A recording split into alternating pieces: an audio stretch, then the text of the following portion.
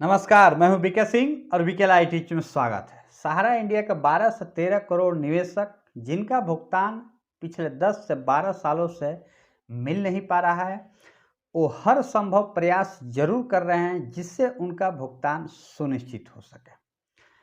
इसी क्रम में अब माननीय सुप्रीम कोर्ट के पास रिट याचिका और पीआईएल के रूप में निवेशक जा चुके हैं और जाने की कोशिश कर रहे हैं। क्या ये राह गलत है? क्योंकि इस प्रकार की खबरें आपने वीडियो के माध्यम से जरूर सुनी होगी, देखी होगी कि जो रिट याचिका माननीय सुप्रीम कोर्ट में लगाई गई है या फिर पीआईएल जो लगाई जाने की तैयारी चल रही है, इसकी प्रक्रिया अंतिम दौर में है। ये सिर्फ आप सभी के साथ धोखा है, आप सभी को बरगलाने वाली बात है। तो आज मैं इस पे भी आप सभी को जानकारी दूंगा कि क्या जिनके द्वारा इस प्रकार की खबरें फैलाई जा रही है, आखिर उनकी सच्चाई क्या है, क्यों आप सभी लोगों को इन दोनों प्रक्रियाओं से बाहर रखा जा रहा है, ये कितना सही है, कितना गलत है। साथ ही ये भी मैं आपको बताऊंगा कि कैसे आपको सहारा रिफंड पोर्टल पे क्लेम करने से भी रोका गया, इस पे भी जानकारी दूंगा। बल्कि ये भी आप सभी को बताऊंगा कि आप सभी लोगों के लिए आज आखिर विकल्प क्या है आपके अपने भुगतान सुनिश्चित करने के लिए। पिछले 10 वर्षों के इतिहास में जो कुछ हुआ है उसका निचोड़ आज आप सभी के समक्ष हम रखने की कोशिश करेंगे, जिससे आपको अपना निर्णय लेने में काफ़ी सहयोग मिलेगा। इसीलिए मैं आप सभी से अनुरोध जरूर करूंगा कि इस वीडियो को आप अंत तक अवश्य देखेंगे और आपकी क्या राय है एक बार कमेंट बॉक्स में जरूर लिखिएगा।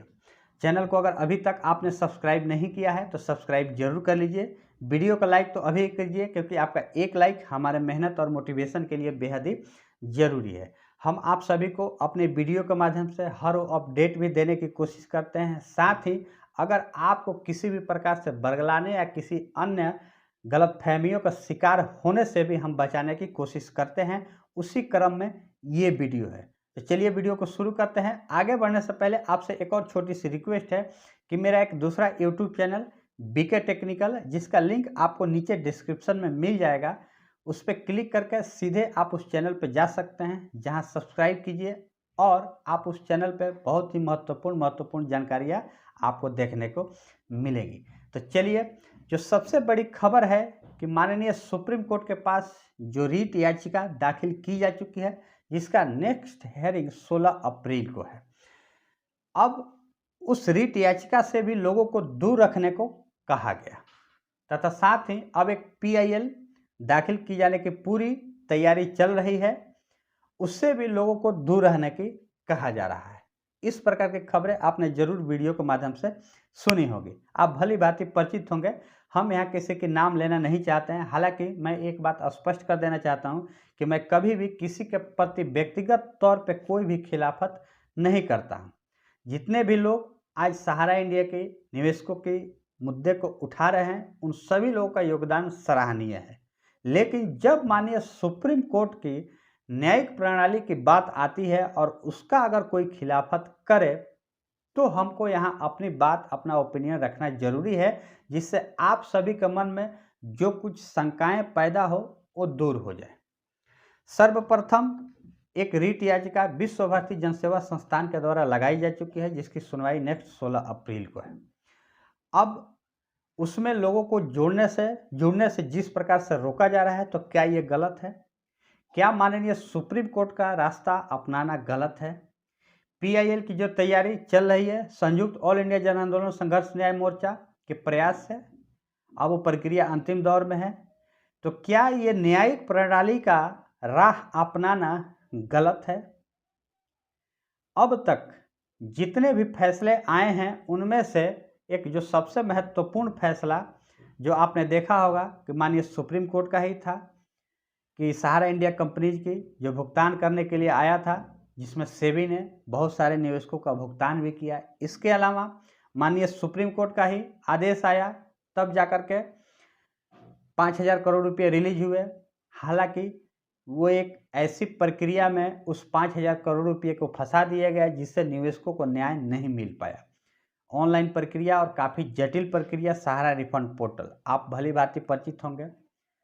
उसकी प्रक्रियाएं इतनी जटिल रही कि उससे निवेशकों का न्याय नहीं मिल पाया। तो अब आखिर निवेशक करे तो क्या करे? निश्चित रूप से आपका अगर भुगतान का समाधान हो सकता है तो हमारे देश के इस सर्वोच्च न्यायालय के माध्यम से ही हो सकता है। धरना प्रदर्शन, आंदोलन, लेटर, जो कुछ भी है, पत्र लिखना, जो कुछ भी है, सिर्फ एक सरकार के ऊपर दबाव बनाने की प्रक्रिया है। इससे आपका भुगतान डायरेक्टली आपके खाते में कभी नहीं आ सकता। आएगा तो एक लीगल प्रणाली के तहत ही आएगा। दो प्रक्रिया अपनाई गई, सेबी की तरफ से और सीआईसी की तरफ से। आपने देखा होगा लीगल प्रक्रिया के तहत ही आप सभी को भुगतान मिला। अब तक जितने निवेशकों का मिला, क्या किसी आंदोलन के साथ या फिर किसी लेटर से आपका पैसा मिला? नहीं मिला। ये सिर्फ एक दबाव बनाने की प्रक्रिया है। तो अब जब हम किसी न्यायिक प्रणाली का सहारा लेते हैं तो इससे लोगों को रोके जाने की कोशिश की जा रही है। तो क्या ये गलत है? हम न्यायिक प्रणाली का शरण नहीं अपनाए, वो भी माननीय सुप्रीम कोर्ट का, तो आखिर जाए तो कहाँ जाए? क्या हमें सिर्फ माननीय प्रधानमंत्री को लेटर लिखने से भुगतान मिल जाएगा? हम इस प्रक्रिया को कतई गलत नहीं कह रहे हैं, संज्ञान देना जरूरी है, लेकिन सिर्फ संज्ञान देने से समाधान नहीं हो सकता। जब तक आप कानूनी प्रक्रिया के तहत मामला सुप्रीम कोर्ट में है और सुप्रीम कोर्ट के पास अपनी कंप्लेन नहीं रखेंगे, अपनी बात नहीं रखेंगे, चाहे वो रिट याचिका हो या फिर जनहित याचिका यानी पीआईएल हो, इसके साथ अगर हम नहीं जाएंगे तब तक हमारा अंतिम यानी कि संपूर्ण समाधान कतई संभव नहीं है। तो आज आप भली भांति इस बात को समझ रहे होंगे। हालांकि मैंने पहले भी कहा कि हम किसी के व्यक्तिगत तौर पे किसी का खिलाफत कभी नहीं करते हैं अपने वीडियो के माध्यम से, लेकिन बात 12 से 13 करोड़ निवेशकों की है और बात माननीय सुप्रीम कोर्ट की राह की है। तब हमने इस पे आप सभी के समक्ष ये छोटा सा विश्लेषण रखने की कोशिश किया है। अब हम बात करते हैं सहारा रिफंड पोर्टल की। जब सहारा रिफंड पोर्टल आया तो भी माननीय के द्वारा इस प्रक्रिया से दूर रखने की हर संभव प्रयास किया गया। एक बात आप सभी की जानकारी के लिए बताऊं कि आप सभी लोगों ने मिल करके जो सहारा रिफंड पोर्टल पर क्लेम किया, जिससे एक डेटा सरकार के पास पहुंचा कि हाँ इतने निवेशकों ने क्लेम किया है, इतना उनका जमा धन राशि का जो अमाउंट है वो आया है। जैसा कि पिछली जानकारी के मुताबिक 82,000 करोड़ रुपये का क्लेम अमाउंट आ चुका था। हालांकि लास्ट डेटा अभी और भी इससे ज़्यादा है, लगभग 90,000 करोड़ रुपये हो चुकी है। लेकिन सरकार के द्वारा इस बात की जानकारी संसद भवन में दी गई है आधिकारिक तौर पे। आप सभी ने मिल करके क्लेम किया तभी ये डाटा सरकार के पास पहुंची। तो निश्चित रूप से ये सारे डाटे माननीय सुप्रीम कोर्ट के पास रखे जाएंगे। इन सारी प्रक्रियाओं को माननीय सुप्रीम कोर्ट के पास रखा जाएगा कि कैसे सरकार भी संसद भवन में मानी है कि इतने निवेशक ने इतनी अपनी जमा धन का क्लेम किया है। ब्याज की तो बात छोड़ दीजिए, ब्याज अगर जोड़ेंगे तो कहीं लाखों करोड़ों हो जाएगा।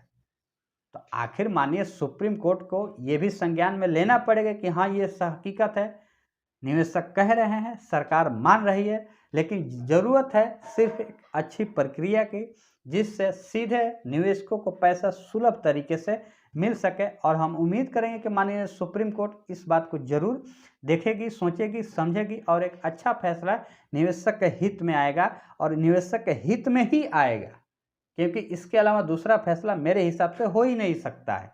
देश के 12 से 13 करोड़ निवेशक पीड़ित हैं।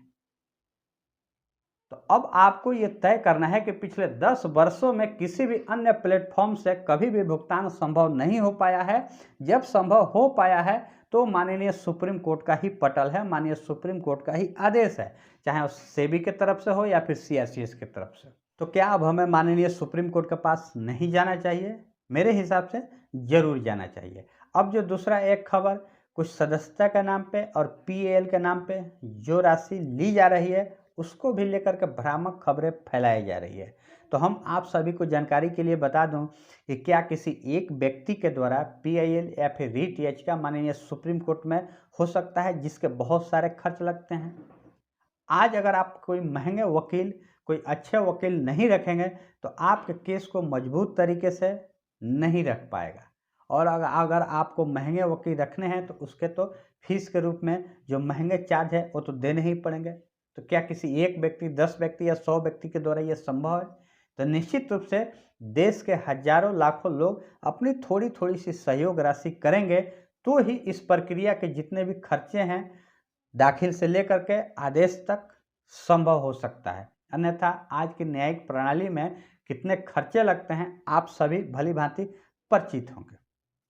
तो इस सहयोग राशि को भी लेकर के लोगों को बरगलाया जा रहा है।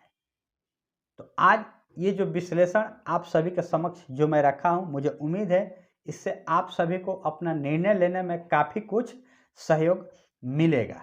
जहाँ तक मेरी ओपिनियन की बात है तो मैं अगर आज एक निवेशक के तौर पे हूँ तो आज ही हम किसी न किसी प्रक्रिया के साथ जुड़ना चाहेंगे जिससे हमारा भुगतान सुनिश्चित हो सके आने वाले दिनों में। अब तय आपको करना है कि क्या इस न्यायिक प्रक्रिया के तहत हमें जुड़ना है या नहीं जुड़ना है, ये निर्णय आपको लेना है। सारी जानकारियाँ आपके समक्ष रखी गई है। उम्मीद करूँगा मेरी इस वीडियो से आप सभी को निर्णय लेने में ज़रूर कुछ न कुछ सहायता मिली होगी। मिलेंगे नेक्स्ट वीडियो में कुछ ऐसे ही इम्पोर्टेंट जानकारी लेकर के आप सभी के लिए। तब तक के लिए जय हिंद।